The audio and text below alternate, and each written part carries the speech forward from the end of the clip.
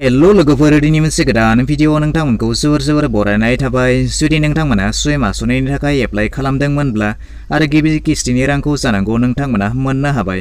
बिदिब्ला दिनैनि बे भिडिअनि गेजेरजों लानानै फैनाय जादों स्वयं मासुनायनि मोनसे गिदिर आपडेट।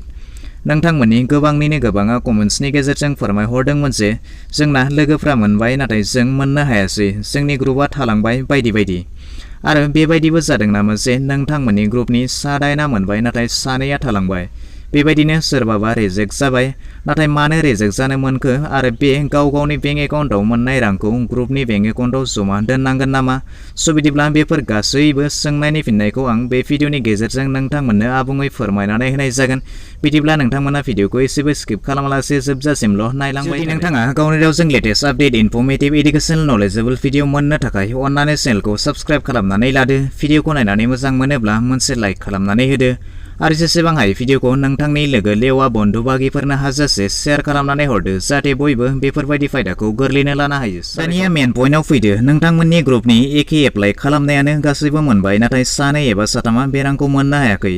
बिथांमोना बे रांखौ उनफ्राव मोननो हागोन नामा? बेफोर गासै सोंनायनि फिननायनि थाखायनो सरकारा बेवहाय फोरमायनानै होदों। नोंथांमोना बेवहाय नुनो मोनदों जे बेवहाय फोरमायखानाय दङ जे नोंथांमोननो जिथु स्वयं आसनिनि थाखाय रायजो सरकारा खरसा खालामनाय रांनि बिबां, बेवहाय फोरमायखानाय बायदिब्ला 1000 कौटि रां बेवहाय स्वयं आसनिनि थाखाय खरसा खालामनो बेवहाय होखानाय दङ। बिनिफ्राय बेयाव गासै मोनगिरि बिथांमोनखौ गासै 2 लाख सुबुं अर्थात 2 लाख मोनगिरि बिथांमोननो बे रांखौ होनाय जागोन होननानै फोरमायनाय दङ। बेनिनो दासिम बेवहाय जिथु हिताधिकार अर्थात नोंथांमोना जिथु बर्तमानावलाय निर्बाचित हिताधिकारी अर्थात जायफोर दासिम मोनगिरि बिथांमोननि अनजिमाया जादों 1,39,495 सुबुङाल'सो दासिम बेवहाय रां मोननो हादों। बाखि 60,505 सुबुङानो बेवहाय बे रांखौ दासिम मोननो हायाखै। अर्थात नोंथांमोना नुनो मोनदों बेवहाय दासिम 60,505 सुबुङा दासिम बे रांखौ मोननो हायाखै। बिदिब्ला नोंथांमोना बेवहाय बेखौ नायब्लानो नोंथांमोना रोखा जानो हागोन जे बे रांखौ उनफ्राव मोननो हागोन एबा हाया। बिदिब्ला नोंथांमोना जाय सुबुंफोरा मोनबाय, बिदिब्ला नोंथांमोना बेखौ मिथिनानै लादो। आरो जायफोर बिथांमोना दासिमबो बे रांखौ मोनाखै, नोंथांमोना बे समखौ नेनानै थानांसिगोन जे बे 60,000 सुबुंनि गेजेराव नोंथांमोना बे लिस्टआव दंना गैया। बिदिब्ला दानिया फैदो नैथि पइन्टआव। नोंथांमोननि एप्लाइ खालामनाया मानि थाखाय रिजेक्ट जानो हागौ? रिजेक्ट जानायनि गुबै जाहोनफोरा बेबायदि जानो हागौ। स्वयं आसनिखौ एप्लाइ खालामनायनि सिगाङावनो सरकारा माखासे एलिजिबिलिटि क्राइटेरियाखौ खानानै होखादोंमोन। बिदिब्ला दानिया नोंथांमोना बेवहाय एलिजिबिलिटि क्राइटेरिया होखानाय बायदि नुनो मोनदों। साफ्रोम आर'ज बिलाइ होगिरिया आसामनि थागिबि जानो नांगोन आरो दाबो आसामाव थाबाय थानाय जानो नांगोन। जायफोर ग्रुपआ एप्लाइ खालामगोन बिथांमोननि बेंक एकाउन्टआ 1 सेप्तेम्बर 2020 नि सिगाङाव खुलिनाय जानो नांगोन।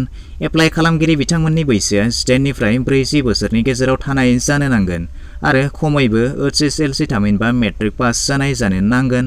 मोनसे ग्रुपनिफ्राय खमैबो 7 आरो गोबाङै 20 सुबुङाल' बेखौ एप्लाइ खालामनायनि खाबुखौ मोनगोन। रावबो एप्लाइ खालामगिरिया सिगाङाव जेखि बेंकनि लन लाया मानो बेबायदि थानाय जानो मोननाय नङा। बिदिब्ला नोंथांमोना दा हमनो हाबाय जानांगौ नोंथांमोना मानो रांखौ मोननो हायाखै एबा रिजेक्ट जाखो। बेनिनो बबेबा मोनसे दागो नोंथांनाव नांना दङब्ला नोंथाङा बे रांखौ मोननो हानाय। दानिया फैदो थामथि मेन पइन्टआव। नोंथांमोना जा गिबि किस्तिनि रांखौ मोनबाय, दा बे रांखौ नोंथांमोननि ग्रुपनि बेंक एकाउन्टआव जमा दोननो नांगोन नामा? जुदि नोंथांमोना ग्रुपआव दोननानै एबा एप्लाइ खालामनाय समाव ग्रुपजों बुजाबुजि खालामनानै एप्लाइ खालामदोंमोन, बेबायदि थासारियाव बे रांखौ ग्रुपआव दोननानै खामानि मावनो हागौ। नङाब्ला जुदि नोंथाङा होनो गोसो गैयाब्ला गावनो लानानै गाव हारसिङै माबा मोनसे मावनानै दिन्थिनोबो हागौ। बिदिब्ला दिनैनि भिडिअ बेखिनियानोसै। आसा खालाम नोंथाङा भिडिअखौ नायनानै गासैखौबो बुजिबाय जानांगौ। आरो जुदि माबाफोर डाउट थाबावबायब्ला नोंथाङा कमेन्ट सेक्सनाव थांनानै फोरमायहरनो हागोन। भिडिअखौ नायनानै मोजां मोनबायब्ला मोनसे लाइक खालामदो, गाज्रि मोनबायब्ला डिसलाइक खालामदो। आरो जुदि नोंथाङा चेनेलाव गोदान नायगासिनो दंब्ला अन्नानै चेनेलखौ साबस्क्राइब खालामनानै लानोबो दाबावगारदो।